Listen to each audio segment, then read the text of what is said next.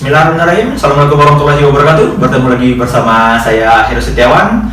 Pada kesempatan kali ini kita akan membahas tentang hukum, dan tema yang akan kita bahas adalah tentang peristiwa yang banyak beredar di media, baik itu media cetak ataupun media elektronik, baik juga di sosial media. Kita banyak mendengar berita tentang perceraian artis-artis ataupun kabar-kabar perceraian artis. Namun sebelum kita membahas tentang perceraian, tentu kita akan membahas secara singkat terlebih dahulu peristiwa hukum yang terjadi sebelum perceraian, yaitu perkawinan. Perkawinan itu diatur dalam Undang-Undang Nomor 1 Tahun 1974, yaitu dengan arti perkawinan adalah ikatan lahir batin antara laki-laki dan perempuan sebagai suami istri untuk membentuk keluarga yang bahagia berdasarkan ketuhanan yang Maha Esa. Jadi tujuan perkawinan itu adalah ikatan lahir batin, bukan ikatan batin tapi ikatan lahir dari jiwanya dan juga dari raganya seorang laki-laki dan perempuan sebagai suami dan istri yang bertujuan untuk membentuk keluarga yang bahagia. Itu salah satu tujuan untuk melaksanakan perkawinan. Jadi perkawinan itu bukan hanya sekedar untuk hidup bersama dan juga tentang hubungan seksual belaka, tapi juga tentang komitmen antara dua orang insan, laki-laki dan perempuan, untuk membentuk keluarga yang bahagia. Tujuan yang diamanatkan oleh undang-undang. Akan tetapi dalam perjalanannya tidak jarang juga kita lihat fakta di lapangan bahwa tujuan dari perkawinan tersebut tidak tercapai, sehingga perceraian menjadi salah satu cara untuk membatalkan ataupun menyelesaikan perkawinan tersebut. Perceraian itu merupakan salah satu cara untuk mengakhiri hubungan hukum perkawinan. Perceraian diatur lebih lanjut dalam Peraturan Pemerintah Nomor 9 Tahun 1975 tentang pelaksanaan Undang-Undang Nomor 1 1974 tentang perkawinan. Pada pasal 19, perceraian itu dapat dilakukan dengan 6 alasan. Alasan yang pertama itu adalah salah satu pihak, baik itu laki-laki atau perempuan, pezina, pemabuk, pejudi, dan atau perbuatan lainnya yang nggak bisa disembuhkan. Perbuatan-perbuatan ini tentu akan sangat merugikan ataupun merusak hubungan perkawinan, karena perbuatan zina, judi, dan lain-lainnya itu, dan perbuatan yang sempat disebutkan itu telah menjadi darah daging dan nantinya dapat mengabaikan hak dan kewajibannya sebagai suami ataupun istri. Yang kedua adalah salah satu pihak meninggalkan pihak lainnya selama 2 tahun berturut-turut. Ketika salah satu pihak meninggalkan itu, tentunya selama 2 tahun itu pihak yang ditinggalkan tidak dapat menjalankan hak dan kewajibannya sebagai suami ataupun istri, makanya dapat menjadi alasan perceraian.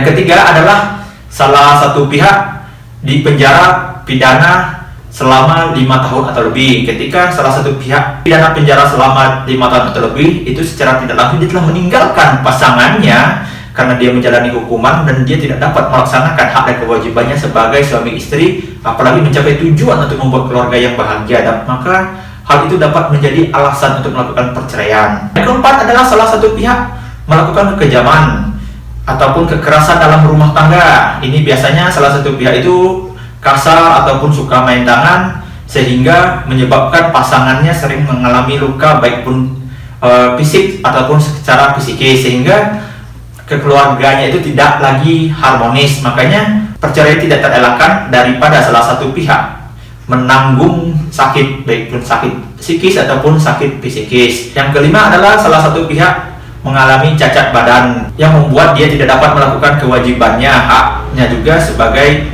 suami istri. Ini biasanya ketika dalam hubungan perkawinan itu seiring berjalannya waktu terjadilah hal-hal yang tidak diinginkan, sehingga salah satu pihak itu tidak dapat menjalankan hak dan kewajibannya sebagai suami atau istri, maka dapat yang merasa haknya tidak didapatkan karena salah satu pasangannya tidak menjalankan kewajiban, maka dia dapat mengajukan gugatan cerai ke pengadilan. Dan yang terakhir itu adalah tidak terjadinya kecocokan dan terjadinya pertengkaran terus-menerus yang tidak mungkin didamaikan. Ini juga sering terjadi karena mungkin pada awal-awal pernikahan mereka baik-baik aja, dan pada seiring berjalannya waktu nanti keluarlah sifat masing-masing yang menyebabkan tidak terjadi kecocokan antara para pihak, sehingga mereka akhirnya tidak bisa mewujudkan tujuan untuk perkawinan itu, yaitu menjadi keluarga yang bahagia.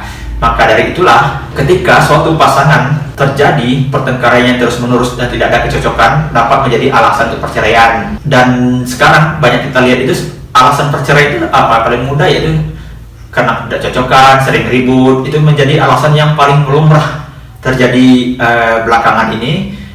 Dan juga KDRT juga banyak menjadi alasan perceraian. Untuk melakukan perceraian itu tentunya ada tata caranya.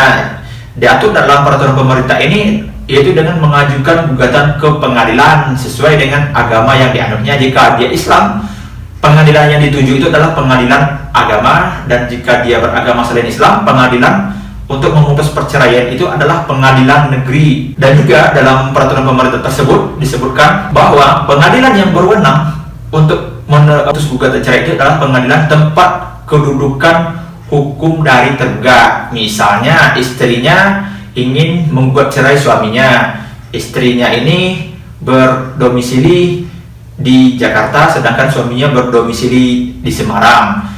Untuk istri ini bisa menggugat suaminya ini, istrinya harus menggugat di Pengadilan Negeri Semarang jika dia tidak beragama Islam, dan Pengadilan Agama Semarang jika dia beragama Islam. Hal ini diatur dalam pasal 20 ayat 1 Peraturan Pemerintah Nomor 9 Tahun 1975.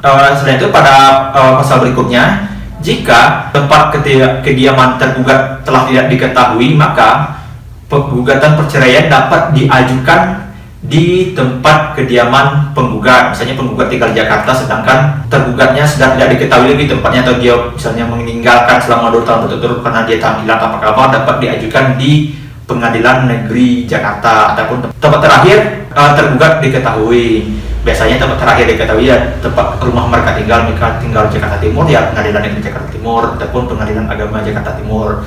Itu tempat mengajukan gugatan cerai bagi pihak yang ingin melakukan perceraian. Selain itu, dalam peraturan pemerintah ini juga setiap pihak yang akan bercerai, hakim pengadilan wajib untuk melakukan upaya perdamaian ataupun mediasi terhadap para pihak.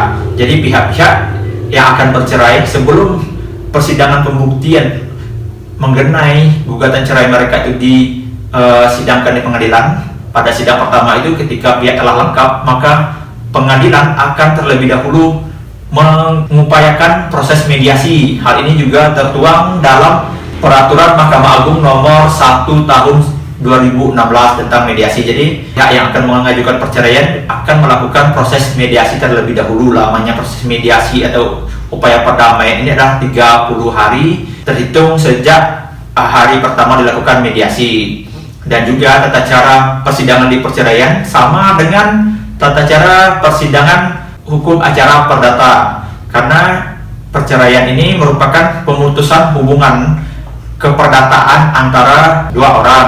Jadi tata cara bersidangnya tidak beda dengan hukum acara perdata. Jadi sidang pertama para pihak hadir dan dilakukan mediasi selama 30 hari. Jika gagal, sidang berikutnya pembacaan gugatan, jawaban, replik duplik, dan nanti sengketa kewenangan diputus dengan putusan sela, pembuktian, surat-surat, saksi, kesimpulan, dan baru putusan hakim. Seringnya pada saat sekarang ini itu untuk persidangan cerai, para pihak itu telah sepakat untuk tergugatnya tidak hadir, jadi dapat diputus secara parstake. Untuk mempercepat proses perceraian, ada pihak-pihak yang bersepakat tergugatnya untuk tidak pernah hadir ke persidangan agar persidangannya diputus secara parstake atau istilahnya di luar kehadiran dari tergugat. Itu untuk mempercepat proses perceraian. Akan tetapi harus juga dilihat ketika kita ingin bercerai dan ingin mempercepat prosesnya, harus memperhatikan pasal 19 tadi, yaitu 6